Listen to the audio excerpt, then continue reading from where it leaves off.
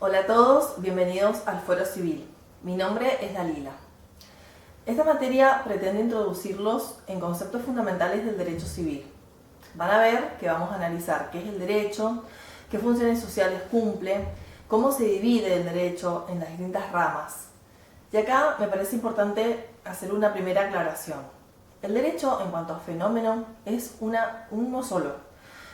Nosotros lo dividimos en distintas ramas o en distintas órbitas por una cuestión metodológica para hacer también más fácil el estudio del mismo.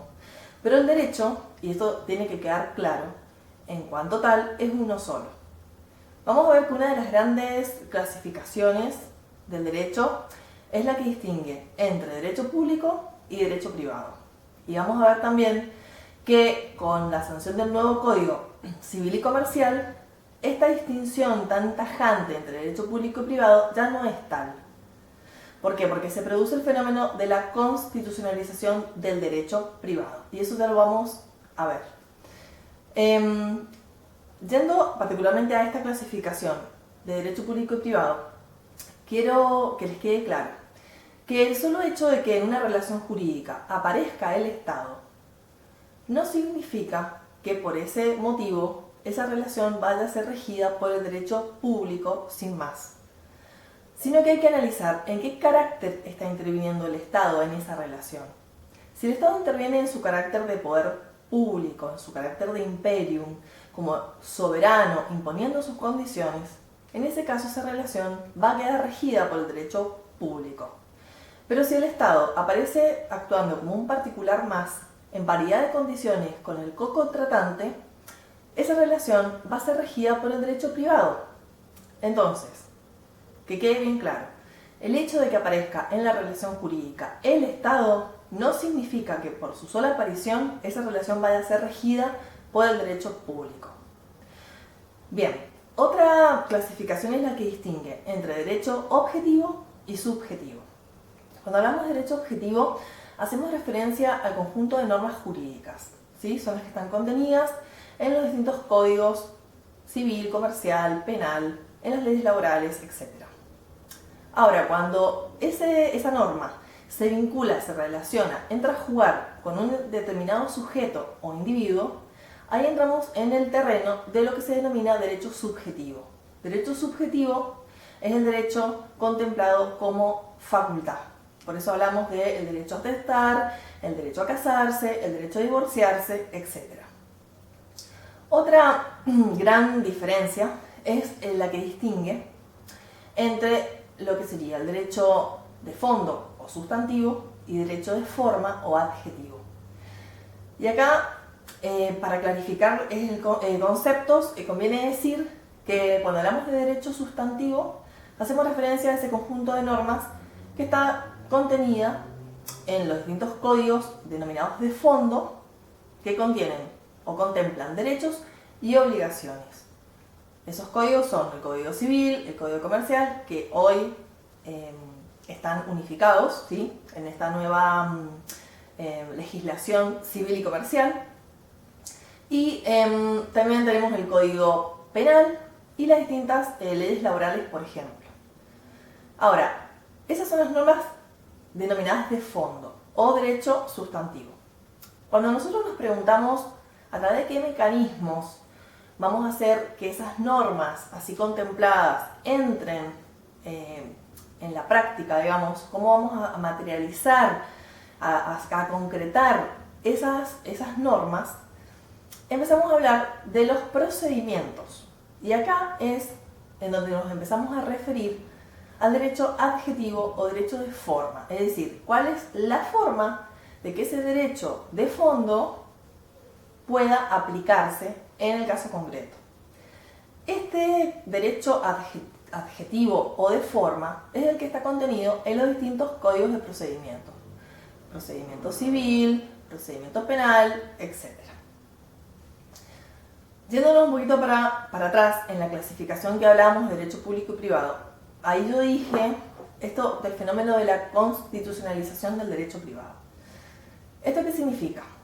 Que ya estas órbitas entre derecho público y privado, esta diferencia entre derecho público y privado ya no va a ser tan tajante, Porque el nuevo Código Civil y Comercial intenta traer los principios contenidos en la Constitución y en los tratados internacionales, sobre todo de derechos humanos, y empezar a vincularlos, relacionarlos con las normas del derecho privado. Es decir, que va a haber una conexión entre el derecho público y el derecho privado. Y a esto es lo que se denomina fenómeno de la constitucionalización del derecho privado.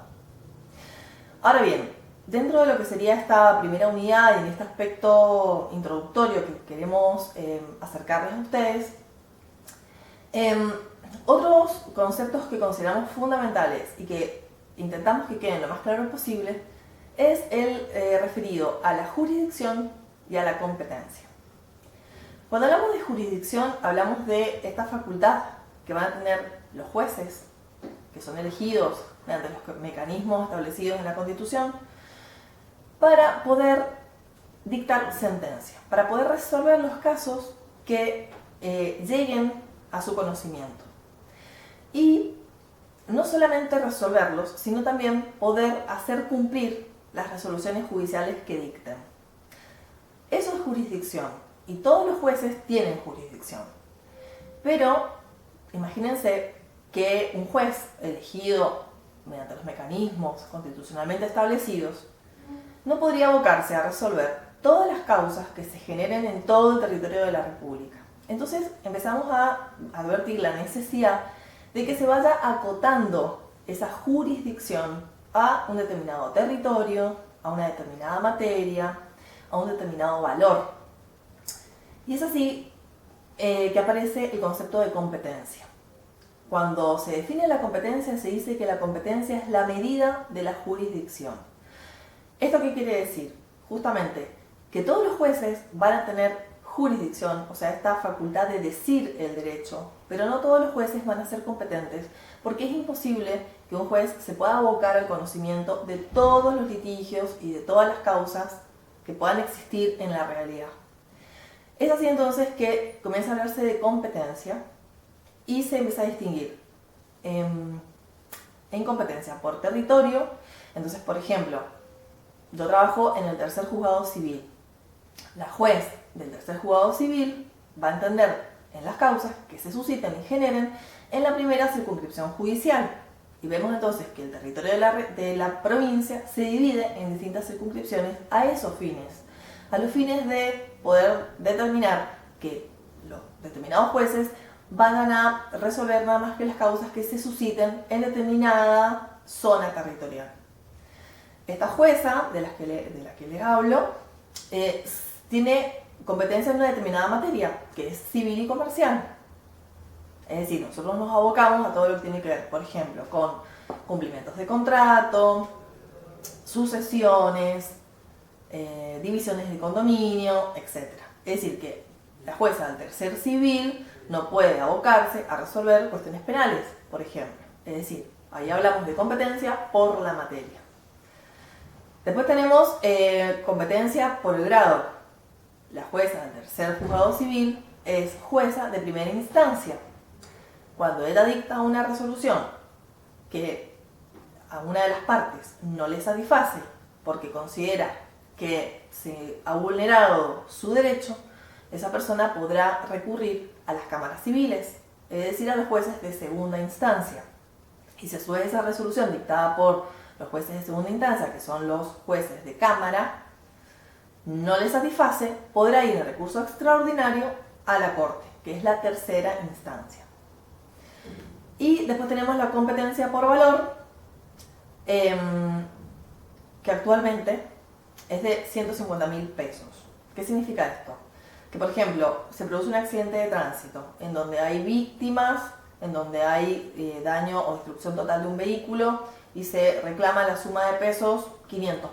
Bueno, esa cuestión va a ser dirimida y resuelta por los jueces civiles del lugar en donde se produjo el hecho, y la competencia va a ser civil. ¿Por qué? Porque el monto excede los 150.000 pesos. De 150.000 pesos para arriba, digamos, va a ser competencia civil. Por montos inferiores a ese monto, a 150.000 pesos, será competente el juez de paz. Entonces es así como todos estos jueces, los civiles, penales, de paz, van a tener jurisdicción. Es decir, van a tener esta facultad de decir el derecho, pero no van a tener competencia en cualquier caso que tengan que resolver, sino en los que específicamente estén determinados de acuerdo al territorio, al monto, al grado y a la materia.